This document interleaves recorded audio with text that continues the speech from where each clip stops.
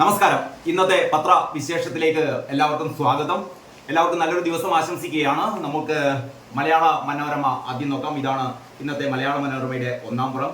Nipah പ്രതിരോധ നടപടികൾ ഊർജിതം, മരണം വീണ്ടും. കഴിഞ്ഞ ദിവസം 14 വയസ്സുള്ള ഒരു 9ാം ക്ലാസ്സുകാരൻ നിപക്ക് കീഴടങ്ങിയ വാർത്ത വളരെ ഖേദപൂർവം അറിയുകയാണ്. ആ കുട്ടിയുടെ പേര് മിക്കവാറും പത്രങ്ങളിലൊന്നും കൊടുത്തിട്ടില്ല. മനോരമയിലും ആ കുട്ടിയുടെ പേരൊന്നുമില്ല, പേരോ മറ്റു വിവരങ്ങളൊന്നുമില്ല. പക്ഷെ മാധ്യമം പത്രത്തിൽ ഇങ്ങനെയാണ് കൊടുത്തത്. ഇന്നത്തെ മാധ്യമം പത്രമാണിത്. നോവായി ആ ബൂട്ടിട്ട കാലുകൾ എന്നാണ് മാധ്യമത്തില് ഏറ്റവും പ്രധാനപ്പെട്ട സ്ഥലത്ത് തന്നെ, ഏതാണ്ട് മെയിൻ സ്റ്റോറിയുടെ അതേ വലിപ്പത്തിലാണ് ആ വാർത്ത കൊടുത്തത്. നോവായി ആ ബൂട്ടിട്ട കാലുകൾ എന്ന്. നിപ ബാധിച്ച 14കാരൻ മരിച്ചു. നിപ ബാധിച്ച് സംസ്ഥാനത്തെ 21ാമത്തെ മരണമാണ്.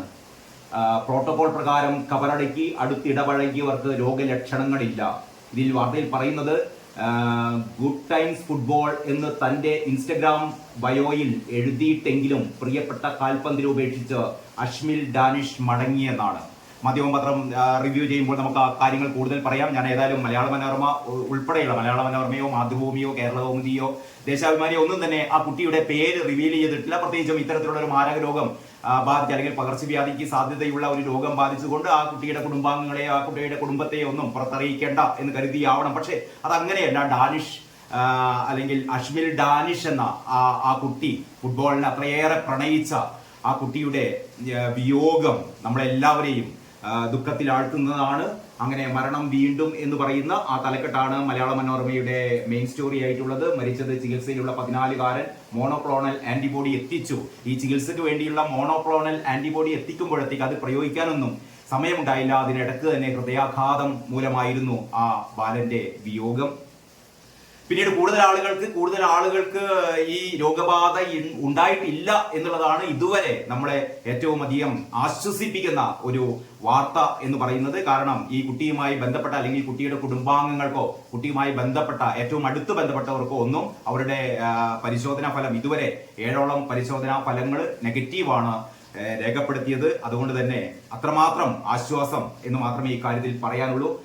മറ്റൊന്ന്, അർജുനായി തിരച്ചിൽ പുഴയിലേക്ക് 7ാം ദിവസവും ഈ അർജുന് വേണ്ടിയിട്ടുള്ള തിരച്ചിൽ പുരോഗമിക്കുകയാണ്. കഴിഞ്ഞ ദിവസം സൈന്യം എത്തിച്ചേർന്നിരുന്നു. പക്ഷേ സൈന്യത്തിന്റെ തിരച്ചിൽ ഇന്നാണ് യഥാർത്ഥത്തിൽ സൈന്യത്തിന്റെ തിരച്ചിൽ തുടങ്ങിയത്. ഇപ്പോൾ TV വാർത്തകളൊക്കെ പറയുന്നത് ഏതാണ്ട് ഈ ലോറിയുടെ ഭാഗമെന്ന് തോന്നിപ്പിക്കുന്ന അല്ലെങ്കിൽ മെറ്റൽ ഭാഗങ്ങൾ ഒരു 2ഇടത്ത് ഈ റഡാർ സംവിധാനത്തിലൂടെ സൈന്യം കൊണ്ടുവന്ന ഏറ്റവും പുതിയ റഡാർ സംവിധാനത്തിലൂടെ തിരിച്ചറിഞ്ഞിട്ടുണ്ട്. അത് ഈ അർജുനുള്ള ലോറിയാണോ എന്ന സംശയം. ആ ഭാഗത്തുള്ള മണ്ണ് നീക്കലാണ് ഇപ്പോൾ പുരോഗമിക്കുന്നത്. 7 ദിവസം ആ ലോറിക്കുള്ളിൽ അർജുനെ നമുക്ക് ജീവനോടെ കിട്ടുമോ എന്നറിയില്ല. എല്ലാവരും പ്രാർത്ഥനയോടെ കാത്തിരിക്കുക തന്നെയാണ്.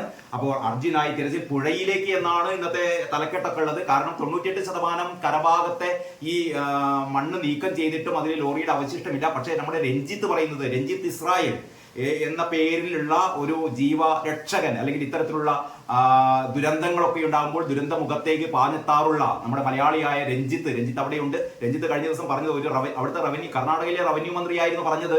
കഴിഞ്ഞ ദിവസം ഈ പറയുന്ന തെരച്ചിൽ അവസാനിപ്പിക്കുമ്പോൾ പറഞ്ഞത് ഇനി ഈ കരയിൽ ബോഡി കിട്ടാനുള്ള സാധ്യതയില്ല. കാരണം അവിടുത്തെ ആ ഷിരൂരിലെ മണ്ണിടിച്ചിലുണ്ടായ ഭാഗം എന്ന് പറയുന്നത് ഇടതുഭാഗത്തുള്ള ഏതാണ്ട് 50 മീറ്ററിലേറെ ഉയരമുള്ള ആ മലയാണ്. മലയുടെ ഒരു ഭാഗമാണ്. ആ ഭാഗത്തെ മണ്ണും പാറകളുമാണ് ഇടിഞ്ഞ് ഒരു 6 വരി പാതയിലേക്ക് വീഴുകയും പാതയുടെ അപ്പുറം സർവീസ് റോഡാണ്. ആ സർവീസ് റോഡും കഴിഞ്ഞിട്ട് പുഴയാണ്. ആ പുഴയിലേക്കാണ് ഈ പറയുന്ന മണ്ണിന്റെ ഒരു ഭാഗം ആ പുഴയിലേക്ക് പോയത്. അപ്പോൾ ഇതിന്റെ ഇടയിലാണ് ഈ അർജുൻ പാർക്ക് ചെയ്തിരുന്ന ആ ട്രക്കുള്ളത്. അപ്പോൾ ആ ട്രക്ക് പുഴയിലേക്ക് ഒലിച്ചു പോയ കാരണം ഈ പുഴയിൽ നിന്നൊരു മറ്റൊരു ട്രക്ക് കിട്ടിയിരുന്നു. മൊത്തം 10 പേരാണ് ഈ അപകടത്തിൽപ്പെട്ടത്. അതിൽ 7 പേരുടെ മൃതദേഹങ്ങൾ കിട്ടി. കാരണം ഈ പറയുന്ന അർജുൻ പാർക്ക് ചെയ്തിരുന്ന ആ ഭാഗത്തിന്റെ തൊട്ടപ്പുറത്തായിട്ട് ഈ ഹൈവേയുടെ തൊട്ടപ്പുറത്തായിട്ട് ഒരു ചായക്കടയുണ്ടായിരുന്നു. ചായക്കടയും വീടൊക്കെയുള്ള ഒരു സ്ഥലം. അവിടെ ആ ഗൃഹനാഥനും അയാളുടെ ഭാര്യയും 2 മക്കളും അവരുടെ ഒരു മുത്തശ്ശിയും ഉൾപ്പെടുന്ന 5 കുടുംബം ഈ ദുരന്തത്തിൽപ്പെട്ടിട്ടുണ്ട്. മറ്റ് 2 പേർ കൂടി എന്ന് പറഞ്ഞാൽ 7 ബോഡികൾ അവിടെ നിന്ന് കണ്ടുകിട്ടിയിട്ടുണ്ട്. ഇനി 3 പേരെയാണ് കണ്ടെത്താനുള്ളത്. അതിൽപ്പെട്ടതാണ് നമ്മുടെ പ്രിയപ്പെട്ട അർജുൻ. അപ്പോൾ അർജുന്റെ ശരീരത്തിന് വേണ്ടിയിട്ടുള്ള അല്ലെങ്കിൽ അർജുന്റെ ജീവന് വേണ്ടിയിട്ടുള്ള നമ്മൾ എത്രമാത്രം നമ്മുടെ പ്രതീക്ഷ ഫലവത്താവുമെന്നും അറിയില്ല. കാരണം 7 ദിവസമായി ആ ക്യാബിനുള്ളിൽ മണ്ണൊന്നും കടന്നിട്ടില്ല, ഇല്ലെങ്കിൽ ഓക്സിജൻ 7 ദിവസത്തേക്ക് ആവശ്യമായ ഓക്സിജൻ അതിൻ്റെ ഉള്ളിൽ ഉണ്ടാവുമോ, വെള്ളം ഉണ്ടാവുമോ എന്നൊന്നും നമുക്കറിയില്ല. ഏതായാലും പ്രാർത്ഥനയോടെ നമ്മൾ കാത്തിരിക്കുകയാണ്. ആ വാർത്തയാണ് അർജുനായി തിരച്ചിൽ പുഴയിലേക്ക്. ഇപ്പൊ അറിയാൻ കഴിഞ്ഞത് പുഴയിൽ പരിശോധന നടത്തുന്നതിന് മുമ്പായിട്ട് തന്നെ ഈ കരയിൽ വീണ്ടും പരിശോധന നടത്തിക്കൊണ്ടിരിക്കുകയാണെന്നാണ് ഇപ്പോൾ അറിയുന്നത്. കാരണം പുഴയിൽ ഏതാണ്ട് 20 അടി താഴ്ചയിലുള്ള ഭാഗത്ത് നിന്ന് ഈ മണ്ണിന്റെ കൂമ്പാരം ഏതാണ്ട് ഒരു 30 മീറ്റർ ഉയരത്തിലേക്ക്, അത്രയും പുഴയിൽ ഒരു മല രൂപപ്പെട്ടിരിക്കുന്നു. ആ രീതിയിലാണ്, അത്രയും നമുക്കൊന്നും പ്രതീക്ഷയ്ക്ക് അപ്പുറത്തുള്ള ഒരു മണ്ണിടിച്ചിലാണ് അവിടെ ഉണ്ടായത് എന്നാണ് മനസ്സിലാക്കുന്നത്. പിന്നീട് ഇതിലെ മലയാള മനോരമയിൽ 1-ാം പേജ് വാർത്തയാണ് ബൈഡൻ പിന്മാറി എന്നുള്ളത്. അതായത് US പ്രസിഡന്റ് തിരഞ്ഞെടുപ്പ് സ്ഥാനാർത്ഥി ബൈഡൻ പിന്മാറി, എല്ലാ ശ്രദ്ധയും ഇനി കമലാ ഹാരിസിലേക്ക്, പകരം കമലാ ഹാരിസ് ആയിരിക്കും മത്സരിക്കുക എന്നാണ് വാർത്ത. US പ്രസിഡന്റ് ജോ ബൈഡൻ നവംബറിലെ തിരഞ്ഞെടുപ്പിൽ മത്സരിക്കുന്നതിൽ നിന്ന് പിന്മാറി. വൈസ് പ്രസിഡന്റ് കമലാ ഹാരിസ് തനിക്ക് പകരം സ്ഥാനാർത്ഥിയാകും അതിനെ പിന്തുണയ്ക്കുന്നതായും ബൈഡൻ പ്രഖ്യാപിച്ചു. മത്സരിക്കാനായിരുന്നു തന്റെ ഉദ്ദേശമെങ്കിലും ഡെമോക്രാറ്റിക് പാർട്ടിയുടെയും രാജ്യത്തിന്റെയും താല്പര്യം മാനിച്ച് പിന്മാറുകയാണെന്ന് പ്രസ്താവനയിൽ അദ്ദേഹം വ്യക്തമാക്കി. 81 വയസ്സുള്ള ബൈഡൻ പിന്മാറുന്നതോടെ ശ്രദ്ധാകേന്ദ്രമാവുന്നത് വൈസ് പ്രസിഡന്റും ഇന്ത്യൻ വംശജയുമായ കമലാ ഹാരിസ് ആണ്. ആ രീതിയിലാണ് വാർത്തയുള്ളത്. പിന്നീട് മലയാള മനോരമയുടെ ഉള്ളിലേക്ക് വരുമ്പോൾ നിപ വരുമ്പോൾ ഓർക്കും പിന്നെ മറക്കും. നിപ ഐസൊലേഷൻ ബ്ലോക്ക് മെഡിക്കൽ കോളേജിൽ തുടങ്ങാൻ നടപടിയായില്ല. കാരണം ഈ നിപ പകർച്ചവ്യാധിയെ കുറിച്ച് കഴിഞ്ഞ ദിവസമൊക്കെ ഈ ടെലിവിഷനിലൊക്കെ വരുന്ന ചർച്ച പറയുന്നത് വേണ്ടത്ര ഒരു മുൻകരുതൽ, അല്ലെങ്കിൽ വേണ്ടത്ര ഇതിനെതിരെയുള്ള സന്നാഹം നമ്മുടെ ആരോഗ്യ വകുപ്പിന്റെ ഭാഗത്തു നിന്ന് ഉണ്ടായിട്ടില്ല എന്നുള്ളതായിരുന്നു. ഇന്നലെയും നമ്മുടെ SS ലാൽ ചാനലുകൾ പറയുന്നത് കേട്ടു. ഈ ആരോഗ്യവകുപ്പ് മന്ത്രിയല്ല ഇതൊന്നും പറയേണ്ടത്. മന്ത്രിയുടെ ഒരു ഹൈപ്പ് ഉണ്ടാക്കാൻ വേണ്ടിയിട്ട് മന്ത്രിയല്ല പറയേണ്ടത്. ആരോഗ്യവകുപ്പിന്റെ ഡയറക്ടർമാരില്ലേ, മെഡിക്കൽ വിദ്യാഭ്യാസ ഡയറക്ടർ ഇല്ലേ, ഇവരൊക്കെയാണ് വന്ന് പറയേണ്ടത് എന്താണ് സംഭവിക്കുന്നത് എന്നുള്ളത്. ഡോക്ടർ SS ലാൽ കഴിഞ്ഞ ദിവസവും പറഞ്ഞു. ഇപ്പൊ പറയുന്നത് നിപ വരുമ്പോൾ ഓർക്കും പിന്നെ മറക്കും, മെഡിക്കൽ കോളേജിൽ തുടങ്ങാൻ നടപടിയില്ല. Nipah isolation block. നമുക്കറിയാം, കഴിഞ്ഞ ദിവസം ഈ കുട്ടി, നമ്മുടെ അഷ്മിൽ ഡാനിഷിന്റെ ആ മരണവാർത്ത ഉള്ളുലയ്ക്കുന്ന രീതിയിൽ നമ്മളെ പിടിച്ചുലയ്ക്കുമ്പോഴും ആ കുട്ടിയുടെ തീവ്ര പരിചരണ വിഭാഗത്തിൽ നിന്ന് ആ കുട്ടിയെ ഈ സ്വകാര്യ ആശുപത്രിയിൽ നിന്ന് മെഡിക്കൽ കോളേജിൽ എത്തിക്കുമ്പോൾ ആ ഐസൊലേഷൻ വാർഡിൽ പൂട്ടിക്കിടക്കുകയായിരുന്നു. ഒരു മുന്നൊരുക്കങ്ങളും മെഡിക്കൽ കോളേജിൽ നടത്തിയിട്ടില്ലായിരുന്നു. പൂട്ട് പൊളിച്ചിട്ടാണ് ഈ കുട്ടി ഐസൊലേഷൻ വാർഡിലേക്ക് പ്രവേശിക്കുന്നത്. അപ്പൊ ഇവിടെ പറയുന്നു, ഗവൺമെന്റ് മെഡിക്കൽ കോളേജിൽ നിപ ഐസൊലേഷൻ ബ്ലോക്ക് 6 വർഷം കഴിഞ്ഞിട്ടും യാഥാർത്ഥ്യമായില്ല. ഇത് കിടക്കുന്നത് KSRWSന്റെ പേ വാർഡിനോടനുബന്ധിച്ചാണ് ഇപ്പോൾ ഈ ഐസൊലേഷൻ വാർഡ് ക്രമീകരിച്ചിട്ടുള്ളത്. അപ്പൊ ഓരോ പ്രാവശ്യവും 5-ാം പ്രാവശ്യമാണ് നിപ പൊട്ടിപ്പുറപ്പെട്ടത്. ഓരോ പ്രാവശ്യം നിപ വരുമ്പോൾ ഇങ്ങനെ ഒരു ഐസൊലേഷൻ വാർഡ്, അവിടെ സ്ഥിരമായ ഒരു ഐസൊലേഷൻ വാർഡ് മെഡിക്കൽ കോളേജുമായി അനുബന്ധിച്ച് ഉണ്ടാക്കാം എന്നുള്ള ഒരു ആലോചന, അല്ലെങ്കിൽ അതിനുള്ള നീക്കം ഒക്കെ പാതി വഴിയിലുമല്ല, ഇത് തുടക്കത്തിൽ പോലും ഇതിനുള്ള ശ്രമങ്ങളായിട്ടില്ല എന്നാണ് വാർത്ത പറയുന്നത്. ഗവൺമെന്റ് മെഡിക്കൽ കോളേജിൽ നിപ ഐസൊലേഷൻ ബ്ലോക്ക് 6 വർഷം കഴിഞ്ഞിട്ടും യാഥാർത്ഥ്യമായില്ല. ഇതിനാൽ പതിവ് പോലെ ഇത്തവണയും KSRWS പേ വാർഡിലെ മുറികൾ ഐസൊലേഷൻ വാർഡുകളാക്കി മാറ്റി. 2018 മെയ്യിൽ ആദ്യ നിപ കേസ് റിപ്പോർട്ട് ചെയ്ത സമയം മുതൽ മെഡിക്കൽ കോളേജിൽ ഐസൊലേഷൻ ബ്ലോക്ക് വേണമെന്ന ആവശ്യം ഉയർന്നതാണ്. കിഫ്ബി ധനസഹായത്തോടെ 34.92 കോടി രൂപ ചെലവിൽ കെട്ടിടം നിർമ്മിക്കാനായിരുന്നു പദ്ധതി. കെട്ടിടം നിർമ്മിക്കാനുള്ള പദ്ധതി. തറനിരപ്പും 3 നിലകളോടും കൂടിയ കെട്ടിടം നിർമ്മിക്കാൻ ഭരണാനുമതി നൽകിയിട്ട് 1.5 വർഷമാകുന്നു. ഇതുവരെ സാങ്കേതിക അനുമതി ലഭിച്ചിട്ടില്ല എന്നൊക്കെയാണ് പറയുന്നത്. ഇതാണ് നമ്മുടെ ആരോഗ്യ വകുപ്പിന്റെ കെടുകാര്യസ്ഥത എന്ന കഴിഞ്ഞ 1-2 ദിവസമായി ഞാൻ പറഞ്ഞുകൊണ്ടിരിക്കുന്നത്. വെറുതെയല്ല. കാരണം ഈ ആരോഗ്യ വകുപ്പ് മന്ത്രിയൊക്കെ വെറുതെ ഈ ഷോ കാണിക്കാൻ മാത്രം ഓരോ ദിവസവും എന്താ പറയാ, മേക്കപ്പ് ഇട്ട് ഈ TV-ക്ക് മുന്നിൽ വന്നിരുന്ന് കണ്ട് അത് ചെയ്യുന്നു ഇത് ചെയ്യുന്നു എന്നൊക്കെ പറയാതെ, കാര്യമായിട്ട് ഒന്നും ചെയ്യാതെ, അതാണ് ആ കുഞ്ഞിന്റെ ഭാവിയിലൊരു ഫുട്ബോൾ വാഗ്ദാനം ആകേണ്ടതായിരുന്നു ആ ബാലൻ. 14 വയസ്സായ അഷ്മിൽ ഡാനിഷ് എന്ന് പറയുന്ന ആ 9-ാം ക്ലാസ്സുകാരൻ. ആ 9-ാം ക്ലാസ്സുകാരന്റെ ജീവൻ നമുക്ക് നഷ്ടമായി. വേണ്ട സമയത്ത് മുന്നൊരുക്കങ്ങൾ ഉണ്ടായിരുന്നെങ്കിൽ ഇതൊന്നും നഷ്ടമാകുമായിരുന്നില്ല. ഇതാണ് വീണ്ടും ആരോഗ്യവകുപ്പിനെ കുറ്റപ്പെടുത്തുന്നത്. കാരണം വേണ്ട രീതിയിലുള്ള ഒരു ജാഗ്രത ഇനിയെങ്കിലും ആരോഗ്യവകുപ്പിന്റെ ഭാഗത്തു നിന്ന് ഉണ്ടാകുമെന്ന് വെറുതെയെങ്കിലും നമുക്ക് പ്രതീക്ഷിക്കാമെന്ന് മാത്രമേ പറയാനുള്ളൂ. പിന്നെ ഒരു വാർത്ത, ഇന്നലെ ചാനലുകളിലൊക്കെ ഭയങ്കരമായിട്ട് വന്നൊരു വാർത്തയായിരുന്നു. പട്ടിക്കൂട്ടിൽ ജീവിതം, വാടക 500 രൂപ. അതായത് ചില നമ്മുടെ ഈ പത്രപ്രവർത്തകർ അല്ലെങ്കിൽ മാധ്യമ പ്രവർത്തകരൊക്കെ ഈ അനാവശ്യമായ കാര്യങ്ങൾക്ക് വേണ്ടി, സംഭവം ഇത്രയേ ഉള്ളൂ, ഒരു അതിഥി തൊഴിലാളിയെ പട്ടിക്കൂട്ടിൽ നമ്മൾ പട്ടിക്കൂട്ടിൽ കുട്ടിയെ ഇട്ട വാർത്തയൊക്കെ മുമ്പ് നമ്മൾ വളരെ ഉത്കണ്ഠയോടെ അല്ലെങ്കിൽ ഗൗരവത്തോടെ അതിന് വീക്ഷിച്ചിരുന്നു. ഇതങ്ങനെയല്ല. ഒരു അതിഥി തൊഴിലാളിയെ ഈ പിറവത്ത് കൊച്ചിയിൽ പിറവത്ത് ഒരു വാടക കൊടുത്തു മാസം 500 രൂപ വാടകക്ക് അതിഥി തൊഴിലാളിയെ ഒരു പട്ടിക്കൂട്ടിൽ താമസിച്ചു. ഇതായിരുന്നു വാർത്ത. ഇന്നലെ എന്തോ മഹാ സംഭവം എന്നുള്ള രീതിയിലായിരുന്നു നമ്മളൊക്കെ കണ്ടത്. ഇതും ആ രീതിയിലാണ്. പട്ടിക്കൂട്ടിൽ ജീവിതം, വാടക 500 രൂപ. ഈ പട്ടിക്കൂട് എന്ന് പറയുന്നത് നമ്മുടെ മനസ്സിലുള്ള ഒരു പട്ടിക്കൂട് അല്ല കേട്ടോ. ഇതെന്ന് പറയുന്നത് ഈ ഒരു ടെറസ് ഇട്ട ഈ മനുഷ്യർ അതിൻ്റെ ഉള്ളിലാണ് കിടക്കുന്നതും അതിനുള്ളിലാണ് പാചകം ചെയ്യുന്നതും ഒക്കെ. അപ്പൊ പട്ടിക്കൂട് എന്ന് പറയുന്നത് നമ്മുടെ മനസ്സിലുള്ള ഒരു ചെറിയ ഇടുങ്ങിയ പട്ടിക്കൂടൊന്നുമല്ല. ഇത് ടെറസ് ഇട്ട ഏതാണ്ട് അത്യാവശ്യം സൗകര്യങ്ങളൊക്കെ ഉള്ള ഒരാൾക്ക് കിടക്കാനോ ഒരാൾക്ക് ഭക്ഷണം പാകം ചെയ്യാനോ ഗ്യാസ് സ്റ്റൗവിൽ അയാൾ ഭക്ഷണം പാകം ചെയ്യുന്നുണ്ട് ഈ പറയുന്ന ബംഗാളി. എന്നിട്ട് എന്തോ മഹാപാതകം എന്നുള്ള രീതിയിലാണ്. കാരണം ഇത് പട്ടിക്കൂട് എന്നുള്ളൊരു പേരുള്ളത് കൊണ്ടാണ് തോന്നുന്നു. ഇയാൾക്ക് 500 രൂപ വാടക വാങ്ങിയിട്ടാണ് ഈ പറയുന്ന സ്ഥലത്ത് ഇദ്ദേഹത്തെ താമസിപ്പിക്കുന്നത്. ഇതിനെതിരെ കേസെടുക്കാൻ പറ്റില്ല. കാരണം ഇയാൾക്ക് പരാതിയില്ല, വാടകക്കാരന് പരാതിയില്ല. ആൾ 500 രൂപ കൊടുത്തിട്ട്, കാരണം അയാൾക്ക് മറ്റു സ്ഥലങ്ങളൊന്നും താമസിക്കാൻ കിട്ടുന്നില്ല ഈ കുറഞ്ഞ വാടകക്ക്. അതുകൊണ്ടാണ് ഇദ്ദേഹം ഈ പറയുന്ന ബംഗാളി അല്ലെങ്കിൽ അതിഥി തൊഴിലാളി ഈ പറയുന്ന ഉടമയുടെ വീടിന്റെ മുൻഭാഗത്തുള്ള പട്ടിക്കൂട്ടിൽ താമസിക്കുന്നത്. അപ്പൊ പട്ടിക്കൂടായിരുന്നു കാണേണ്ടത്. ഇതിനേക്കാൾ ശോച്യമായ അവസ്ഥയിൽ ജീവിക്കുന്ന ഒരുപാട് ആൾക്കാർ നമ്മുടെ നാട്ടിലുണ്ട്. ആദിവാസി മേഖലയിലൊക്കെ പോയി നോക്കിയാൽ കാണണം. ഇതിനേക്കാൾ ദുരിത ജീവിതമാണ്. അതൊന്നും കാണാതെ പട്ടിക്കൂട്ടിൽ അതിഥി തൊഴിലാളി. ഇന്നിപ്പോ ഈ അതിഥി തൊഴിലാളിയെ കൂട്ടിക്കൊണ്ടുപോയി മറ്റൊരു സ്ഥലത്തേക്കൊക്കെ താമസിപ്പിക്കാൻ വേണ്ടി പോവുകയാണ്. അപ്പൊ അത്തരത്തിൽപ്പെട്ട ചില വാർത്തകൾക്ക് വേണ്ടി വാർത്തകൾ ഉണ്ടാക്കുക എന്ന് പറയുന്ന ഒരു സ്വഭാവം നമ്മളിപ്പോഴും ആവർത്തിച്ചുകൊണ്ടിരിക്കുകയാണ്. പിന്നീട് ഇതിലെ മലയാള മനോരമയിലെ മറ്റു വാർത്തകൾ എന്ന് പറയുമ്പോൾ ഭീകരരെ പിടികൂടാൻ 500 കമാൻഡോകൾ പോകുന്നുണ്ട്. ഇതിന്റെ എഡിറ്റോറിയൽ എന്ന് പറയുന്നത് നിപ വീണ്ടും വരവിനെ തോൽപ്പിക്കാതെ വയ്യ.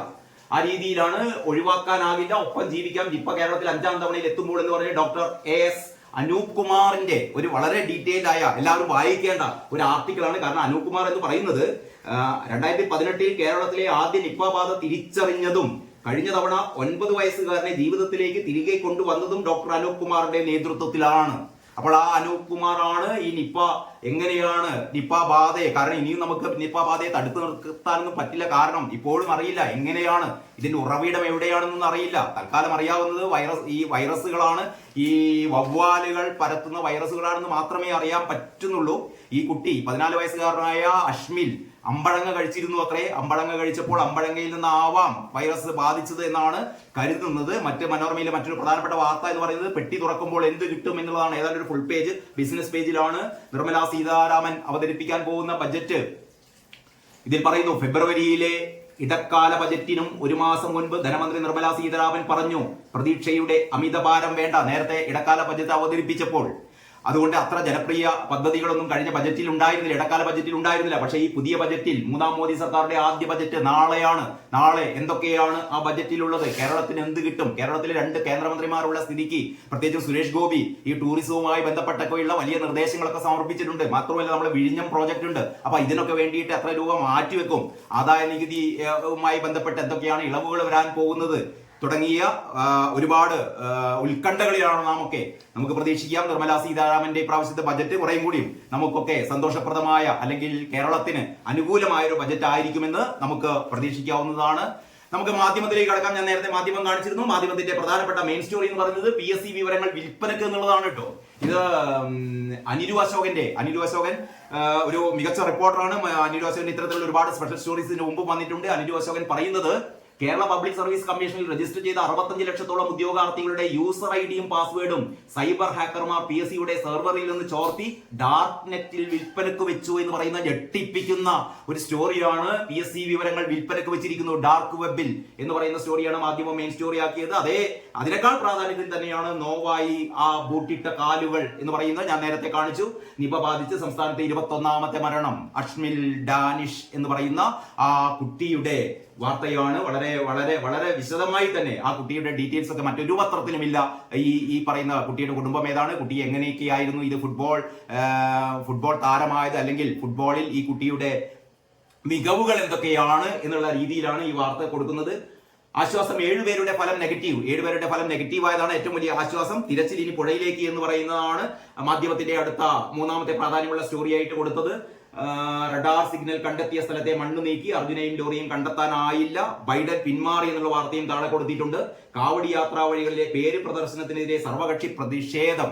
ഈ യു പിയിൽ കൂടാതെ ഇപ്പോൾ എവിടെയാണ് മഹാരാഷ്ട്രയിൽ കൂടി ഇത്തരത്തിലുള്ള, അതായത് ഈ പറയുന്ന തീർത്ഥാടകർ വരുന്ന വഴിവക്കിലുള്ള ഈ ഷോപ്പുകളുടെ ഓണർമാരുടെ പേര് പ്രദർശിപ്പിക്കണമെന്ന് പറയുന്നു. ഇത് യോഗിയുടെ പ്രത്യേക താല്പര്യം കൊണ്ടാണ്, അല്ലെങ്കിൽ BJP-യുടെ ഒരു പരിപാടിയാണെന്നുള്ള രീതിയിലാണ് പറയുന്നത്. മുമ്പ് UPA സർക്കാരാണ് ഇത്തരത്തിലുള്ള ഒരു നിയമം കൊണ്ടുവന്നത് എന്നാണ് നമുക്ക് മനസ്സിലാവാൻ വേണ്ടി പറ്റുന്നത്. നമ്മുടെ ബാബ രാംദേവ് ചോദിച്ചിരുന്നു, ഈ ഓണർമാരുടെ പേര് പ്രദർശിപ്പിക്കുന്നതിൽ എന്താണപ്പോ കുഴപ്പം?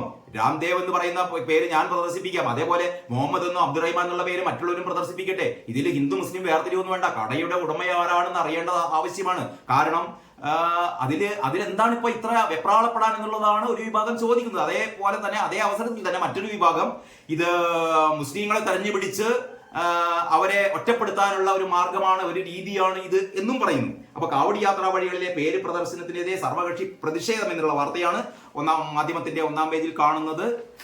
പിന്നീട് ഇതിന്റെ ഉള്ളിലെ പേജിലേക്ക് പോയാൽ മരുന്നെത്തും മുമ്പേ മരണമെത്തി, ഏതാണ്ട് ഒരു ഫുൾ പേജ് തന്നെ ഉണ്ട് കേട്ടോ. അശ്വിലിന്റെ ആ മരണത്തെ കുറിച്ചുള്ള നിപ പകർച്ചവ്യാധിയെ കുറിച്ചുള്ള വാർത്തകൾ. മരുന്നെത്തും മുമ്പേ മരണമെത്തി, വിജനം നിശ്ചലം, പ്രതിരോധ നടപടികളിൽ യഥാസമയം സ്വീകരിച്ചു മന്ത്രി വീണ ജോർജ്. മൈതാനത്തേക്ക് വിളിക്കാൻ അശ്വിൽ ഇനി വരില്ല, സാറേ നമുക്ക് പോണ്ടേ. ഈ അശ്മിൽ സാധാരണ കോച്ചിനെ പ്രാക്ടീസിന് പോകുമ്പോൾ വിളിക്കാറുണ്ടത്രേ, സാറേ നമുക്ക് പോണ്ടേ. ഈ കോച്ചിന്റെ ബൈക്കിൽ പിന്നിൽ ഇരുന്നിട്ടാണ് അശ്മിൽ ഈ പറയുന്ന പരിശീലനത്തിന് പോകുക. അതാണ് പറയുന്നത്, സാറേ നമുക്ക് പോണ്ടേ, മൈതാനത്തേക്ക് വിളിക്കാൻ അശ്മിൽ ഇനി വരില്ല. യാസിൻ റഷീദിന്റെ സ്പെഷ്യൽ സ്റ്റോറിയാണ്. ഫുട്ബോൾ അക്കാദമിയിലേക്ക് ബൈക്കിൽ ഒപ്പം വരാൻ വീട്ടിൽ നിന്ന് ഇറങ്ങും മുമ്പ് അശ്വിലിനൊരു ഫോൺ വിളി ഉണ്ടായിരുന്നു, സാറേ നമുക്ക് പോണ്ടേ എന്നാണ് ചോദിക്കുക. ആ ഫോൺ കോൾ ഇനിയില്ലല്ലോ എന്ന് വിതുമ്പിലോട് പറയുകയാണ് Pandikkad Champrassery CFA academy trainer സാഫിൻ.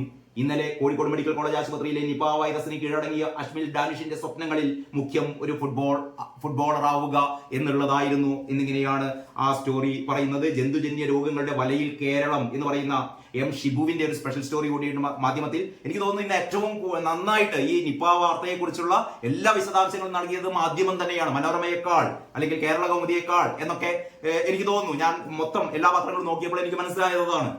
ജന്തുജന്യ രോഗങ്ങളുടെ വലയിൽ കേരളം എന്നാണ് മറ്റൊരു സ്റ്റോറി. പ്രതിരോധം ഘടിപ്പിക്കുമ്പോഴും നിപയടക്കം ജന്തുജന്യ രോഗങ്ങളുടെ മനുഷ്യ ശരീരത്തിലേക്കുള്ള പകർച്ചവഴി കണ്ടെത്താനോ തടയാനോ കഴിയാത്തത് പൊതുജനാരോഗ്യത്തിൽ ഉയർത്തുന്ന വലിയ ഭീഷണി. വവ്വാലുകളാണോ വൈറസിന്റെ സ്രോതസ് എന്ന് സ്ഥിരീകരിച്ചെങ്കിലും 6 വർഷമായിട്ടും എങ്ങനെ ഇത് മനുഷ്യരിലെത്തി എന്ന് ഇനിയും കണ്ടുപിടിക്കാൻ കഴിഞ്ഞിട്ടില്ല. അത് നമ്മുടെ ആരോഗ്യ വകുപ്പിനെ സംബന്ധിച്ചിടത്തോളം ഏറ്റവും വലിയ ഒരു തിരിച്ചടി തന്നെയാണ്. പിന്നെ ആന്റിബോഡി എത്തിക്കാൻ കടമ്പകൾ, ഗവേഷണം ആരംഭ ദിശയിൽ എന്ന് പറയുന്ന ഒരു സ്റ്റോറിയുണ്ട്. അതിന്റെ ചോടെ തന്നെ അമീബിക് മസ്തിഷ്ക ജ്വരം, കേരളം മാർഗരേഖ പുറത്തിറക്കി, ഇന്ത്യയിൽ ആദ്യം എന്നൊക്കെയുള്ള വാർത്തകളാണ് ഈ ഉള്ളിലെ പേജുകളുള്ളത്. മാധ്യമത്തിന്റെ എഡിറ്റോറിയൽ പറയുന്നത് ഇസ്രയേലി അധിനിവേശം അവസാനത്തിന്റെ ആരംഭം എന്നുള്ളതാണ്. ഇസ്രയേലി അധിനിവേശം അവസാനത്തിന്റെ ആരംഭം. ഇങ്ങനെയൊക്കെയാണ് മാധ്യമത്തിന്റെ ഉള്ളിലെ വാർത്തകൾ. നമുക്ക് പെട്ടെന്ന് തന്നെ കേരള കൗമുദിയിലേക്ക് പോകാം. ഇതാണ് കേരള കൗമുദിയുടെ 1-ാമത്തെ പേജ്. നിപ ജീവനെടുത്തു, നേരിടൽ ശക്തം എന്ന് പറയുന്ന നിപ പകർച്ചവ്യാധിയെ കുറിച്ചുള്ള ആ വാർത്തകൾ. അരുത്, നിപ പിടിപെടും, ഇതിന്റെ മുൻകരുതലുകൾ എന്തൊക്കെയാണ്? വവ്വാലുകളുടെ ആവാസ വ്യവസ്ഥ നശിപ്പിക്കരുത്, മറ്റേതെങ്കിലും ജീവികൾ കടിച്ചതോ ഉപേക്ഷിച്ചതോ ആയ പഴങ്ങൾ കഴിക്കരുത്, വാഴക്കുലയിലെ തേൻ കുടിക്കരുത് എന്നൊക്കെയാണ് ഇതിന്റെ നിർദ്ദേശങ്ങളുള്ളത്. വവ്വാലുകളെയോ അവയുടെ വിസർജ്യമോ അവ കടിച്ച വസ്തുക്കളോ സ്പർശിക്കുന്ന സാഹചര്യം ഉണ്ടായാൽ കൈകൾ സോപ്പ് ഉപയോഗിച്ച് കഴുകുകയോ സാനിറ്റൈസർ ഉപയോഗിച്ച് വൃത്തിയാക്കുകയോ ചെയ്യണമെന്ന് പറയുന്നു. പുതിയ റൂട്ട് മാപ്പ്, കേന്ദ്ര സംഘം എത്തും തുടങ്ങിയ വാർത്തകളാണ്. UJGGയുടെ സ്പെഷ്യൽ സ്റ്റോറിയാണ് കേരള കൗമുദിയുടെ പ്രധാന വാർത്ത എന്ന് പറയുന്നത്. അതോടൊപ്പം തന്നെ കോവളം സതീഷ് കുമാറിന്റെ KSRTCയിൽ ഓണത്തിന് മുമ്പ് ഫുൾ ശമ്പളം. കോവളം സതീഷ് കുമാറിന്റെ വാർത്തയാണ്. കോവളം സതീഷ് കുമാർ വളരെ മികച്ച രീതിയിൽ വാർത്തകളൊക്കെ ചോർത്തിയെടുത്ത് റിപ്പോർട്ട് ചെയ്യുന്ന വ്യക്തിയാണ്. പക്ഷെ എനിക്ക് സംശയമുണ്ട്, കോവളം സതീഷ് കുമാറെ ഇങ്ങനെ ഓണത്തിന് മുമ്പ് ഫുൾ ശമ്പളം KSRTC ജീവനക്കാർക്ക് കിട്ടുമോ എന്ന്. ഏതായാലും സതീഷ് കുമാർ പറയുന്നത് KSRTC ജീവനക്കാർക്ക് ഒറ്റത്തവണയായി പ്രതിമാസ ശമ്പളം നൽകാനുള്ള മാനേജ്മെന്റിന്റെ ശ്രമം വിജയത്തോടടുക്കുന്നു എന്നാണ് പറയുന്നത്. അതായത് ഇത് വാങ്ങിയിട്ട് തന്നെ, ലോൺ വാങ്ങിയിട്ട് തന്നെ കേരള ബാങ്കിൽ നിന്ന് ലോൺ എടുക്കാനുള്ള ഒരു സന്നാഹമുണ്ട്. ബാങ്കുകളുടെ കൺസോർഷ്യത്തിൽ നിന്ന് ലോൺ എടുക്കാനുള്ള ഒരു ശ്രമം നടക്കുന്നു എന്നൊക്കെയാണ് സതീഷ് കുമാർ പറയുന്നത്. അതോടുകൂടി തന്നെ ഈ KSRTCയുടെ ഒരു പ്രതിമാസ വരവും ചെലവും സതീഷ് കുമാർ പറയുന്നുണ്ട്. ഓപ്പറേറ്റിംഗ് വരുമാനം 196 കോടിയാണ് ഒരു മാസത്തെ, ശരാശരി ഒരു മാസത്തെ KSRTCയുടെ ഓപ്പറേറ്റിംഗ് വരുമാനം 196 കോടിയാണ്. ടിക്കറ്റ് ഇതര വരുമാനം, അതായത് ഈ പാഴ്സൽ സർവീസ് തുടങ്ങിയ കാര്യങ്ങളിലൂടെയുള്ള ടിക്കറ്റ് ഇതര വരുമാനം എന്ന് പറയുന്നത് 27 കോടിയാണ്. ആകെ വരുമാനം 223 കോടി, ചെലവ് 315 കോടിയും. ഇതാണ് KSRTCയുടെ പ്രശ്നം. അതായത് അധികം വേണ്ടത് അന്തരം എന്ന് പറയുന്നത് 91 കോടിയാണ്. ഒരു പ്രതിമാസ നഷ്ടം എന്ന് പറയുന്നത് ഏതാണ്ട് 100 കോടി രൂപയാണ് KSRTCയുടെ പ്രതിമാസ നഷ്ടം. ഇത് എങ്ങനെയാണ് ഈ കടം വാങ്ങി ശമ്പളം കൊടുക്കുക എന്നുള്ളത് കോവളം സതീഷ് കുമാറിന് അറിയുമെന്ന് എനിക്കറിയില്ല. KSRTC രക്ഷപ്പെടണമെങ്കിൽ ഇതിന്റെ അലകും പിടിയും മൊത്തത്തിൽ മാറ്റിയിട്ട് ഇതിന്റെ പ്രവർത്തന ചെലവ് ചുരുക്കിയേ തീരൂ. എന്നാൽ മാത്രമേ KSRTC രക്ഷപ്പെടാൻ പോകുന്നുള്ളൂ. ഒരുപാട് KSRTCയുടെ 10 ഇരട്ടി ബസ് സർവീസുകൾ ഇവിടെ സ്വകാര്യ മേഖലയിൽ നടക്കുന്നുണ്ട്. ഒരു പ്രശ്നവുമില്ല. അവരൊക്കെ ജീവിക്കുന്നത് ഈ പറയുന്ന ബസ് സർവീസ് നടത്തിയിട്ടാണ്. അതിനാവശ്യമായ അവര് ജീവനക്കാരെ കുറയ്ക്കുന്നു, അല്ലെങ്കിൽ ആ രീതിയിലുള്ള പ്രവർത്തനങ്ങളൊക്കെയാണ് സ്വകാര്യ മേഖലയിൽ നടക്കുന്നത്. പക്ഷേ KSRTC സംബന്ധിച്ചിടത്തോളം അങ്ങനെ ഒരു മുന്നൊരുക്കങ്ങളും ഇല്ല. ഇത് ശമ്പളം കൊടുക്കാൻ പറ്റിയില്ലെങ്കിൽ സർക്കാർ തരുമല്ലോ എന്ന് പറയുന്ന ഒരു രീതിയിലാണ് KSRTCയുടെ പ്രവർത്തനം. കൂടുതൽ പറയുന്നില്ല, കാരണം ഇത് ഒരുപാട് പറഞ്ഞ് തഴകിയതാണ്. യമൻ തുറമുഖത്ത് ഇസ്രായേൽ ആക്രമണത്തിൽ 3 മരണം എന്നുണ്ട് കേട്ടോ. യമൻ തുറമുഖത്ത് ഇസ്രായേൽ ആക്രമണത്തിൽ 3 മരണം. ഈ ഹൂതി ആക്രമണം നടത്തിയിരുന്ന ഇസ്രായേലിലേക്ക് ഏതാണ്ട് 20-25 പ്രാവശ്യമാണ് ഹൂതികള് ഇസ്രായേലിലേക്ക് റോക്കറ്റുകൾ അയക്കുന്നത്, ഡ്രോണുകൾ അയക്കുന്നത്. അവസാനം ഇസ്രായേൽ ഇതാ തിരിച്ചടിച്ചിരിക്കുന്നു യമനിലേക്ക്, ഹൂതി മേഖലകളിലേക്ക് ഈ ആക്രമണം നടത്തിയിരിക്കുന്നു. ഇനി നമ്മുടെ നാട്ടിൽ ഹൂതികൾക്ക് വേണ്ടിയിട്ട്, നേരത്തെ ഈ ഹമാസിന് വേണ്ടിയിട്ട് ഐക്യദാർഢ്യ പ്രകടനം നടത്തിയ പോലെ ഇനി ഹൂതി ഭീകരർക്ക് വേണ്ടിയിട്ടും നമ്മുടെ നാട്ടിൽ താമസം വിന ഇത്തരത്തിലുള്ള ഈ സേവ് ഹൂതി എന്നൊക്കെ പറഞ്ഞിട്ടുള്ള ഹാഷ്ടാഗുകളൊക്കെ വരാനുള്ള സാധ്യതയുണ്ട്. കാരണം മുസ്ലിം പ്രീണനമാണല്ലോ. ഗോവിന്ദമാഷ് എന്തൊക്കെ പറഞ്ഞാലും CPM എന്തൊക്കെ പറഞ്ഞാലും CPM നടത്തിക്കൊണ്ടിരിക്കുക. അതിലേക്ക് ഞാൻ വരുന്നത് കേരളമുതിൽ തന്നെയാണ് ആ വാർത്തയുള്ളത്. ക്ഷേമ പെൻഷൻ വിതരണം 24 മുതൽ എന്ന് പറയുന്ന വാർത്തയുണ്ട്. വിവാദങ്ങൾ പാർലമെന്റ് ചർച്ച ചെയ്യണമെന്ന് പ്രതിപക്ഷം തടസ്സം വരുതെന്ന് രാജ്നാഥ് സിംഗ് പറയുന്നു. MP പ്രദീപ് കുമാറിന്റെ സ്റ്റോറിയാണ്. ഓണക്കാലത്ത് സപ്ലൈകോക്ക് പണത്തിന് കുറവുണ്ടാകില്ല എന്ന് ധനമന്ത്രി പറയുന്നതാണ് സുജിത്തിന്റെ തലവര. അതിൽ പറയുന്നു പണത്തിന് കുറവുണ്ടായാലും ആരോപണത്തിന് കുറവുണ്ടാവില്ല. പണത്തിന് കുറവുണ്ട്, പക്ഷെ ആരോപണത്തിന് കുറവില്ല. നമ്മുടെ പോക്കറ്റ് കാർട്ടൂണിന്റെ ഒക്കെ നിലവാരം ഇങ്ങനെ കുറഞ്ഞു വരികയാണെന്ന് തോന്നുന്നു. കാരണം നമ്മളെ ഒന്ന് പൊട്ടിച്ചിരിപ്പിക്കുന്ന, അല്ലെങ്കിൽ നമ്മുടെ ആ ഒരു വിമർശനത്തിന്റെ ആ ഒരു സ്പിരിറ്റുള്ള പോക്കറ്റ് കാർട്ടൂണുകൾ ഒരു പത്രത്തിലും കാണില്ല എന്നത് ഖേദപൂർവ്വം ഇവിടെ ഒന്ന് സൂചിപ്പിക്കുക മാത്രമാണ് ചെയ്യുന്നത്. ഞാൻ നേരത്തെ പറഞ്ഞ പോലെ സ്കൂളുകളിൽ മറ്റൊരു വാർത്ത, സ്കൂളുകളിൽ പാലും മുട്ടയും നിർത്താൻ പ്രഥമ അധ്യാപകർ. സ്കൂളുകളിൽ കുട്ടികൾക്ക് പാലും മുട്ടയും, ഉച്ചഭക്ഷണ പദ്ധതിയുടെ കാര്യമൊക്കെ നമുക്കറിയാം. അതിന് കൂടെ തന്നെ ഇവർക്ക് പാലും മുട്ടയും നൽകുന്ന പദ്ധതിയുണ്ട്. ഇത് സംസ്ഥാന സർക്കാരാണ് കൊടുക്കേണ്ടത്. കുറെ കാലമായിട്ട് കൊടുക്കുന്നില്ല. പാവം ഈ പറയുന്ന HMമാരാണ്, ഹെഡ്മാസ്റ്റർമാരാണ്, ഇത്തരം പ്രഥമ അധ്യാപകരാണ് ഈ കാര്യങ്ങളൊക്കെ അവരുടെ പോക്കറ്റിൽ നിന്ന് എടുത്ത് ചെയ്യുന്നത്. ഇത് അവർ നിർത്താൻ വേണ്ടി പോവുകയാണ്. കഴിഞ്ഞ 6-7 മാസത്തെ കുടിശ്ശിക കിട്ടാനുണ്ട് എന്ന് പറയുന്നു. പിന്നീട് ഇതിൽ പറയുന്ന കാര്യം, ഞാൻ നേരത്തെ ഞാൻ പറഞ്ഞ ആ കാര്യം, LDFന്റെ ഐശ്വര്യം NDA. വെള്ളാപ്പള്ളി കഴിഞ്ഞ 2-3 ദിവസമായി വെള്ളാപ്പള്ളി നിരന്തരം ഗോവിന്ദമാഷിക്ക് മറുപടി കൊടുത്തുകൊണ്ടിരിക്കുന്നു. ഗോവിന്ദമാഷ് പറയുന്നത് ഈ ഈഴവര് CPM-ൽ നിന്ന് അകന്നുപോയി എന്ന് പറയുന്ന ഇത് BJP-യിലേക്കുള്ള പോക്കാണ്. തുഷാർ വെള്ളാപ്പള്ളിയുടെ നേതൃത്വത്തിൽ ഈ പറയുന്ന BDJS ആണ് കൊണ്ടുപോകുന്നത്. അല്ലെങ്കിൽ SNDP അതിന്റെ മാർഗങ്ങളിൽ നിന്ന് ശ്രീനാരായണ ഗുരു എന്താണോ ഉദ്ദേശിച്ചത് ആ രീതിയിലല്ല SNDPയുടെ പ്രവർത്തനം. അവര് ഈ പറയുന്ന ഹിന്ദുത്വത്തിലേക്ക് നീങ്ങിക്കൊണ്ടിരിക്കുകയാണെന്നൊക്കെയാണ് ഗോവിന്ദമാഷ് പറയുന്നത്. പക്ഷേ ഇതാ വെള്ളാപ്പള്ളിയുടെ ഇന്നത്തെ പ്രസ്താവനയുടെ ഏറ്റവും പ്രധാനപ്പെട്ട ഒരു കാര്യമാണ് വെള്ളാപ്പള്ളി പറയുന്നത്. LDFന്റെ ഐശ്വര്യം NDA എന്നാണ് പറയുന്നത്. LDFകാരുടെ, ഗോവിന്ദമാഷെ കേൾക്കണം, LDFകാരുടെ ഐശ്വര്യം NDA ആണ്. ഇതെങ്ങനെയാണെന്ന് വെച്ചാൽ, ഇവിടെ ഈ തെരഞ്ഞെടുപ്പ് ഉണ്ടാകുമ്പോൾ, ത്രികോണ മത്സരം വരുമ്പോൾ, അതാണ് ഇനി വരാൻ. കഴിഞ്ഞ ലോക്സഭാ തെരഞ്ഞെടുപ്പിൽ നമ്മൾ പല മണ്ഡലങ്ങളിലും കണ്ടു ത്രികോണ മത്സരമായിരുന്നു. തൃശ്ശൂരിൽ നല്ല ശക്തിയേറിയ ത്രികോണ മത്സരമായിരുന്നു. തിരുവനന്തപുരത്ത് ശക്തിയേറിയ ത്രികോണ മത്സരമായിരുന്നു. ആലപ്പുഴയിൽ ശക്തിയേറിയ ത്രികോണ മത്സരമായിരുന്നു. ഇങ്ങനെ എണ്ണി പറയുകയാണെങ്കിൽ പല മണ്ഡലങ്ങളിലും ശക്തമായ ത്രികോണ മത്സരം. പണ്ടൊക്കെ LDF UDF അല്ലെങ്കിൽ 2 മുന്നണികൾ മാത്രമായിരുന്നു. ഇപ്പൊ അതല്ല. ഇപ്പൊ BJPയുടെ നേതൃത്വത്തിലുള്ള NDA മുന്നണി ശക്തമായി വരുമ്പോൾ അതിന്റെ ആനുകൂല്യം കിട്ടുന്നത്, ഇതിന്റെ ഐശ്വര്യം ആർക്കാ കിട്ടുന്നത് അറിയോ? LDFനാണ് കിട്ടുന്നത്. ഇങ്ങനെ ഉണ്ടാകുമ്പോൾ പലപ്പോഴും UDFന്റെ, കോൺഗ്രസിന്റെ വോട്ടുകൾ BJPയിലേക്ക് അല്ലെങ്കിൽ NDA മുന്നണിയിലേക്ക് വരുന്നു. അപ്പോൾ പലപ്പോഴും ചുളുവിൽ ജയിക്കുന്നത് ഈ പറയുന്ന LDF ആണ്. അതാണ് വെള്ളാപ്പള്ളി ചൂണ്ടിക്കാട്ടുന്നത്.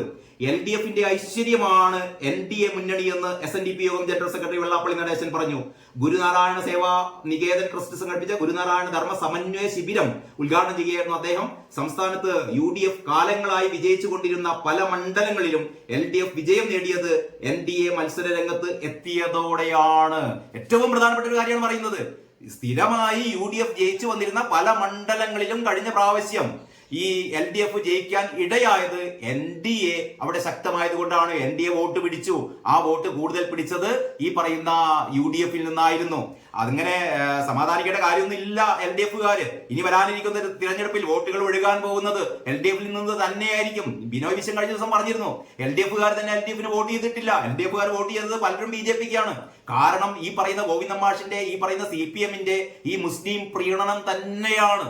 അത് മുസ്ലിം പ്രീണനമല്ല, ഞങ്ങൾ ന്യൂനപക്ഷത്തിന് വേണ്ടിയിട്ടാണ്, ന്യൂനപക്ഷത്തോടൊപ്പമാണെന്നാണ് പറയുന്നത്. ഭൂരിപക്ഷത്തിന്റെ മണ്ടക്കടിച്ചിട്ട് വേണ്ട മാഷെ ന്യൂനപക്ഷത്തെ സംരക്ഷിക്കാൻ എന്ന് മാത്രമേ പറയുന്നുള്ളൂ. ന്യൂനപക്ഷത്തെ സംരക്ഷിക്കണം, വേണ്ടത് തന്നെയാണ് എന്ന് വെച്ചിട്ട് ഇവിടെ ഭൂരിപക്ഷത്തെ നിങ്ങൾ വെറുതെ എന്താ പറയാ വഴിയരികിലെ ചണ്ടകളായി മാറ്റി എപ്പോഴും നിങ്ങൾക്ക് കത്താൻ കൊട്ടാൻ അങ്ങനെ മാറുന്നതിനെതിരെയാണ് ഈ പറയുന്ന വെള്ളാപ്പള്ളി നടേശൻ യോഗം ജനറൽ സെക്രട്ടറി മുൻകാലങ്ങളിലൊന്നും ഇല്ലാത്ത വിധം നിരന്തരമായി ഗോവിന്ദ മാഷെ പഠിപ്പിക്കുന്നത്. എന്നിട്ട് പറയുന്നു സംസ്ഥാനത്ത് UDF കാലങ്ങളായി വിജയിച്ചുകൊണ്ടിരുന്ന പല മണ്ഡലങ്ങളിലും LDF വിജയം നേടിയത് NDA മത്സര രംഗത്ത് എത്തിയതോടെയാണ്. മണ്ഡലങ്ങളിൽ ശക്തമായ ത്രികോണ മത്സരത്തിൽ UDFന്റെ വോട്ടുകൾ NDA പിടിക്കുന്നത് കൊണ്ടാണ് LDFന് വിജയം ഉണ്ടാകുന്നത്.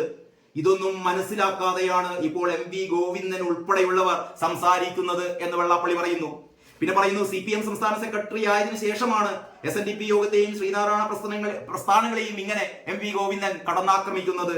യോഗം എന്താണെന്നും അതിന്റെ ശൈലിയും പ്രവർത്തനവും എന്താണെന്നും മാഷിന് അറിയില്ല. ഗോവിന്ദ മാഷ് പഠിക്കണം എന്താണ് SNDP എന്നത്, എന്താണ് ശ്രീനാരായണീയ പ്രസ്ഥാനം എന്നത് ഗോവിന്ദ മാഷ് ഇനിയും പഠിക്കണം. ഗോവിന്ദ മാഷ് സാധാരണ പറയാറുണ്ടല്ലോ CPMനെ കുറിച്ച് നിങ്ങൾക്കൊന്നും അറിയില്ല എന്ന്. മാഷക്ക് ഈ പറയുന്ന SNDP പ്രസ്ഥാനത്തെ കുറിച്ചൊന്നും അറിയില്ല. അതാണ് വെള്ളാപ്പള്ളി പറയുന്നത്. ഇനി മറ്റൊരു കാര്യം എന്ന് പറയുന്നത് എന്താണ്? വള്ളം മുങ്ങാൻ നേരത്ത് കിളവിയെ പിടിച്ച് വെള്ളത്തിലിട്ട് രക്ഷപ്പെടുന്ന രീതിയാണ് ഇപ്പോൾ തുടരുന്നത്. അങ്ങനെ ഒരു ചൊല്ലുണ്ട്, വെള്ളം മുങ്ങാൻ നേരത്ത് കിഴവിത്തള്ളയെ പിടിച്ച് വെള്ളത്തിലേക്ക് ഇടുന്നു എന്ന് പറഞ്ഞാൽ ആവശ്യം കഴിഞ്ഞാൽ ആ ആൾക്കാരെയൊക്കെ പിടിച്ച് വെള്ളത്തിലേക്ക് ഇട്ടിട്ട് എങ്ങനെ വെള്ളം മുങ്ങാതെ സൂക്ഷിക്കുന്നു, രക്ഷപ്പെടുത്തുന്നു. അങ്ങനെയാണ് ഇപ്പോൾ ഇടതുപക്ഷ മുന്നണി. അവസാനം ഈ പറയുന്ന ഈ കലാകാലങ്ങളായി അല്ലെങ്കിൽ ഇക്കാലം അത്രയും ഈ ഇടതുപക്ഷത്തെ ശക്തിപ്പെടുത്തിയ പിന്നോക്ക വിഭാഗത്തെ, ഈഴവ വിഭാഗത്തെ അവസാനം പിടിച്ച് വെള്ളത്തിലിടുകയാണ് ഗോവിന്ദ മാഷും പിണറായി വിജയനും ചെയ്യുന്നത്. ഇതിനെതിരെ ശക്തമായ ചെറുത്തുനിൽപ്പ് തന്നെയാണ് വെള്ളാപ്പള്ളിയുടെ ഭാഗത്ത് നിന്ന് ഉണ്ടായിക്കൊണ്ടിരിക്കുന്നത് എന്ന് മാത്രമേ പറയുന്നുള്ളൂ. ഇനി നമുക്ക് ദേശാഭിമാനി നോക്കാം. ദേശാഭിമാനി ഇതാ പറയുന്നു, കുട്ടി മരിച്ചു, അതീവ ജാഗ്രത. കുട്ടി മരിച്ചത് എങ്ങനെ, ജാഗ്രത ഇല്ലായ്മ കൊണ്ടാണ് എന്ന് ദേശാഭിമാനിയും ദേശാഭിമാനിയുടെ സഖാക്കളും തിരിച്ചറിഞ്ഞാൽ നന്നായിരുന്നു. സമ്പർക്ക പട്ടികയിലെ 7 പേർ നിപ നെഗറ്റീവ്. അങ്ങനെ ഒരു നല്ല കാര്യം. ഇവിടെ എവിടെ അർജുനും ട്രക്കും എന്നാണ് മറ്റൊരു ഹെഡിങ്. തിരച്ചിലിൽ സൈന്യം ഇറങ്ങി, സംവരണം കുറച്ച് ബംഗ്ലാദേശ് സുപ്രീം കോടതി. ഇത്രയുമാണ്. ബൈഡൻ പിന്മാറി, കമലയ്ക്ക് സാധ്യത. ഇങ്ങനെയൊക്കെയാണ് ദേശാഭിമാനിയുടെ തലക്കെട്ടുകൾ. ഞാൻ ഉള്ളിലെ പേജിലേക്ക് പോകുന്നില്ല, പ്രത്യേകിച്ച് പറയത്തക്ക വാർത്തകളൊന്നും ഉള്ളിലെ പേജിലില്ല. നമുക്ക് എഡിറ്റോറിയൽ എന്താണെന്ന് നോക്കാം. എഡിറ്റോറിയല് ഈ ഷട്ട് ഡൗൺ ഒരു മുന്നറിയിപ്പ്, സ്വതന്ത്രമായി ഉപയോഗിക്കുക. അതായത് ഈ പറയുന്ന വിൻഡോസിന്റെ തകരാറിലായതിനെ കുറിച്ചാണ്. പക്ഷേ നമ്മുടെ നാട്ടില് നമ്മുടെ സർക്കാരിന്റെ സോഫ്റ്റ്വെയറുകൾ അതിനെ അതിജീവിച്ചു എന്നൊക്കെയാണ് കുറെ പൊങ്ങച്ച കാര്യങ്ങളാണ് ഈ എഡിറ്റോറിയൽ പറയുന്നത്. NDA പുകയുന്നു എന്ന് പറയുന്ന വാർത്ത കൂടി ഉള്ളിലുണ്ട്. കൽവാർ യാത്ര വർഗീയ നിർദ്ദേശത്തിനെതിരെ RLDയും. അപ്പോൾ എങ്ങനെയാണ് ദേശാഭിമാനിയുടെ ഉള്ളിലുള്ള വാർത്തകൾ? യമനിൽ ഇസ്രായേൽ ആക്രമണം 6 മരണം എന്ന് വലുതായിട്ട് തന്നെ കൊടുത്തിട്ടുണ്ട്. പിന്നെ മാതൃഭൂമിയിലേക്ക് നോക്കാം. മാതൃഭൂമിയുടെ 1-ാം പേജ് കാത്തിരിപ്പ്, അർജുന് വേണ്ടിയുള്ള കാത്തിരിപ്പ്. ആ ഒരു മേഖലയുടെ, ആ കുന്നിടിച്ച മേഖലയുടെ ഒരു ആകാശ കാഴ്ച കൊടുത്തിട്ടുണ്ട്. ഇത് നിഖിൽ ജോസഫിന്റെ പടമാണ്. മാതൃഭൂമി ന്യൂസ്. സങ്കടം എന്നാണ് മറ്റൊരു തലക്കെട്ട്. നിപ ചികിത്സയിലായിരുന്ന 14-കാരൻ മരിച്ചു. അത് സങ്കടം എന്നുള്ള ഒരൊറ്റ വാക്കിൽ ആ തലക്കെട്ട് ഒതുക്കിയിരിക്കുന്നു. മറ്റൊന്ന്, ബൈഡൻ പിന്മാറി, US പ്രസിഡന്റ് തിരഞ്ഞെടുപ്പ് സ്ഥാനാർത്ഥി കമലാ ഹാരിസിന് പിന്തുണ പ്രഖ്യാപിച്ചു എന്നുള്ള വാർത്ത. സാമ്പത്തിക പ്രതിസന്ധി മറികടക്കാൻ പിഴിച്ചിൽ ചികിത്സ. ഇതാണ് മാതൃഭൂമിയുടെ മറ്റൊരു പ്രധാനപ്പെട്ട വാർത്ത. SN ജയപ്രകാശിന്റെ സ്പെഷ്യൽ സ്റ്റോറിയാണ്. ഈ സർക്കാർ സേവനങ്ങൾക്കുള്ള ഫീസുകൾ ഉടൻ കൂടും. ഇതാ വരാൻ പോകുന്നു. നമ്മുടെ സാമ്പത്തിക സ്ഥിതി മെച്ചപ്പെടുത്താൻ വേണ്ടിയിട്ട് ബാലഗോപാൽ സഖാവ് കണ്ടെത്തിയ കാര്യമാണ്. ഇനിയും ഇതാ നികുതി കൂട്ടാൻ വേണ്ടി പോകുന്നു, അല്ലെങ്കിൽ ഈ പറയുന്ന സേവനത്തിനുള്ള ചാർജ് വർദ്ധിപ്പിക്കാൻ വേണ്ടി പോകുന്നു. സർക്കാർ സേവനങ്ങൾക്കുള്ള ഫീസുകൾ ഉടൻ കൂടും. എല്ലാതരം സേവനങ്ങൾക്കും ഫീസുകൾ കൂട്ടാൻ ധനവകുപ്പ് മറ്റു വകുപ്പുകൾക്ക് അനുമതി നൽകി. 26-ന് മുമ്പ് അതത് വകുപ്പുകൾ ഉത്തരവിറക്കാനും ആവശ്യപ്പെട്ടു. സാമ്പത്തിക പ്രതിസന്ധി കാരണം സർക്കാരിന്റെ വരുമാനം കൂട്ടാൻ മന്ത്രിസഭ തീരുമാനിച്ചത് അനുസരിച്ചാണിത്. ഓരോ വകുപ്പുകളോടും ഈ സേവനത്തിനുള്ള ചാർജുകൾ കൂട്ടാൻ വേണ്ടി പറഞ്ഞിരിക്കുകയാണ്. നല്ല കാര്യം തന്നെ. കൂട്ടാവുന്ന എന്തൊക്കെയാണെന്നറിയോ? OP ടിക്കറ്റിന്റെ ചാർജ് കൂട്ടാൻ വേണ്ടി പോകുന്നു, ചികിത്സാ ഫീസ്, ലൈസൻസ് ഫീസ്, സർട്ടിഫിക്കറ്റുകൾക്കുള്ള ഫീസ്, രേഖകളുടെ പകർപ്പിനുള്ള ചാർജ്, പോലീസ് സേവനങ്ങൾക്കുള്ള നിരക്ക്, മണ്ണ് പാറ ഖനനത്തിനുള്ള റോയൽറ്റി, ഇതൊക്കെയാണ് അത്ര കൂട്ടാൻ വേണ്ടി പോകുന്നത്. മറ്റൊന്ന് ആശ്വാസം എന്നുള്ള വാർത്തയാണ്. അത് സങ്കടത്തിന് താഴെ ആശ്വാസം. സങ്കടം, ആ കുട്ടി മരിച്ചത് സങ്കടകരമായ വാർത്ത. പക്ഷെ ആശ്വാസം എന്ന് പറയുന്നത് ഇന്നലെ പരിശോധിച്ച 7 പേർക്കും നെഗറ്റീവ് എന്നുള്ള വാർത്തയാണ്. ചെമ്മീനെ ചാടിക്കാൻ കേരളത്തിന്റെ നയതന്ത്രം എന്ന് പറയുന്ന മറ്റൊരു വാർത്ത. കാട്ടാനാക്രമണം, ആദിവാസി കർഷകൻ കൊല്ലപ്പെട്ടു. ഇത്രയുമൊക്കെയാണ് മാതൃഭൂമി 1-ാം പേജിലുള്ളത്. ഗോപികൃഷ്ണന്റെ കാകദൃഷ്ടി പറയുന്നത് എന്താണെന്ന് നോക്കാം. കടപ്പുറത്ത് വെച്ച് കാള കുത്തിയതിന് വീട്ടിലെത്തി അമ്മയെ തല്ലരുത്. ഇത് കഴിഞ്ഞ ദിവസം വെള്ളപ്പള്ളി പറഞ്ഞതാണ് കേട്ടോ. വെള്ളപ്പള്ളി ഇത്തരത്തിലുള്ള ഈ പഴഞ്ചൊല്ലുകൾ വളരെ നന്നായിട്ട് അടിച്ചുവിടുന്നുണ്ട്. അതാണ് കടപ്പുറത്ത് വെച്ച് കാള കുത്തിയതിന്, ഗോവിന്ദമാഷേ സഖാക്കളെ കേൾക്കണം, കടപ്പുറത്ത് വെച്ച് കാള കുത്തിയതിന് വീട്ടിലെത്തി അമ്മയെ തല്ലരുത്. അതാണ് നിങ്ങളിപ്പോ ചെയ്തോണ്ടിരിക്കുന്നത്. കടപ്പുറത്ത് വെച്ച് അമ്മയെ കാള കുത്തിയതാണ്. എന്നിട്ട് വീട്ടിൽ വെച്ചിട്ട് അമ്മയെ തല്ലരുത്. വള്ളം മുങ്ങുമ്പോൾ കിളവിയെ വെള്ളത്തിലിട്ട് രക്ഷപ്പെടുന്ന ശൈലി അരുത്. MV ഗോവിന്ദനോട് വെള്ളാപ്പള്ളി. അതിന് ഉള്ള ഒരു ക്യാപ്ഷനാണ്, കേരളയിൽ വെള്ളയപ്പം വിൽക്കാമോ? ഗോവിന്ദമാഷ് ചോദിക്കുകയാണ്, കേരളയിൽ വെള്ളപ്പം പോയി വിൽക്കാമോ? ഏറ്റവും വലിയ തമാശയായിരുന്നല്ലോ നമ്മുടെ പാർട്ടി സെക്രട്ടറി ഗോവിന്ദമാഷിന്റെ. കേരളയിൽ വന്നാൽ വെള്ളപ്പം വിറ്റിട്ട് പൈസ ഉണ്ടാക്കാറ് എന്ന് പറഞ്ഞാൽ അരി എത്ര എന്ന് ചോദിക്കുമ്പോൾ പയറഞ്ഞാഴി എന്ന് പറയുന്ന മറുപടി പറയുന്ന രീതിയിലുള്ള കാര്യങ്ങളാണ് സഖാക്കൾ ഇപ്പോഴും നടത്തിക്കൊണ്ടിരിക്കുന്നത്. എവിടെ വരെ നമുക്ക് നോക്കാം. പ്രോട്ടോകോൾ എവിടെ? രോഗി ഐസൊലേഷൻ വാർഡിൽ, ഒപ്പമുള്ളവർ പുറത്ത്. കഴിഞ്ഞ ദിവസം മാതൃഭൂമി കൊടുത്തതിന്റെ ഒരു അനുബന്ധ സ്റ്റോറിയാണ്. എന്ന് പറഞ്ഞാൽ നിപ്പ പകർച്ചവ്യാധിക്ക് പ്രോട്ടോകോൾ ഒന്നും പാലിക്കുന്നില്ല എന്ന് പറഞ്ഞാൽ തികഞ്ഞ അശ്രദ്ധയാണ് ഈ പറയുന്ന ആരോഗ്യ വിഭാഗത്തിന്റെ ഭാഗത്തു നിന്ന് ഉണ്ടാകുന്നത്. പ്രോട്ടോകോൾ എവിടെ? രോഗി ഐസൊലേഷൻ വാർഡിൽ, ഒപ്പമുള്ളവർ പുറത്ത്. രോഗി ഐസൊലേഷൻ വാർഡിൽ കിടക്കുമ്പോൾ രോഗിക്കൊപ്പം വന്ന ബന്ധുക്കള് അല്ലെങ്കിൽ രോഗിക്കൊപ്പം വന്ന കൂട്ടിരിപ്പുകാർ പുറത്ത് ആൾക്കാരുടെ മറ്റു രോഗികളുടെ കൂടെ ഇരിക്കുകയാണ് അത്രേ. പിന്നെ ഇത് എന്ത് പ്രോട്ടോകോളാണ്? എങ്ങനെയൊക്കെയാണ്? രോഗം മഹാഭാഗ്യം എന്ന് മാത്രമേ പറയാനുള്ളൂ. ഇതൊന്നും കൂടുതൽ വ്യാപകമായി പരക്കാതിരുന്നതിനുള്ള കാരണം അല്ലാതെ സർക്കാരിന്റെ ഭാഗത്തു നിന്നുള്ള ശ്രദ്ധയൊന്നുമില്ല. വീണ ജോർജ് പറയുന്ന പോലെ. നിരാശയുടെ 6-ാം ദിനം. അർജുനും ലോറിയും എവിടെ? വീണ്ടുമുണ്ട് ഉള്ളിൽ അത്തരത്തിലുള്ള വാർത്തകൾ. അർജുനെ അവസാനമായി കാണുമ്പോൾ ലോറി നിർത്തിയിട്ട് ഉറങ്ങുകയായിരുന്നു. സിദ്ധരാമയ്യയുമായി കൂടിക്കാഴ്ച നടത്തിയ എം കെ രാഘവൻ അവിടെ ക്യാമ്പ് ചെയ്യുന്നുണ്ട്. നമ്മളെ MP.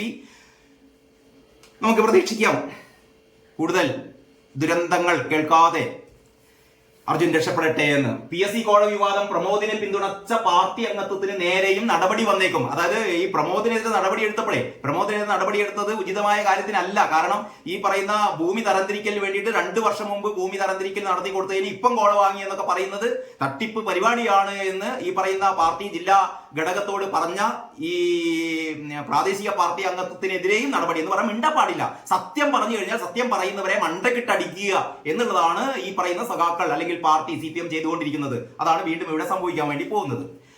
മാതൃഭൂമിയുടെ എഡിറ്റോറിയൽ നിപയെ നേരിടാം വീഴ്ച കൂടാതെ എന്നുള്ളതാണ് മാതൃഭൂമിയുടെ എഡിറ്റോറിയൽ പറയുന്നത്. ധനമന്ത്രി കരുതി വെക്കുന്നത് എന്താണ്? നാളത്തെ ബജറ്റിൽ നിർമ്മലാ സീതാരാമൻ കേന്ദ്ര ബജറ്റ് നാളെ റിസർവ് ബാങ്ക് ലാഭവിഹിതമടക്കം ഈ വർഷത്തെ 2.5 ലക്ഷം കോടി രൂപയുടെ അധിക വരുമാനം എങ്ങനെ വിനിയോഗിക്കുമെന്നതാണ് കേന്ദ്ര ബജറ്റിനെ ശ്രദ്ധേയമാക്കുക.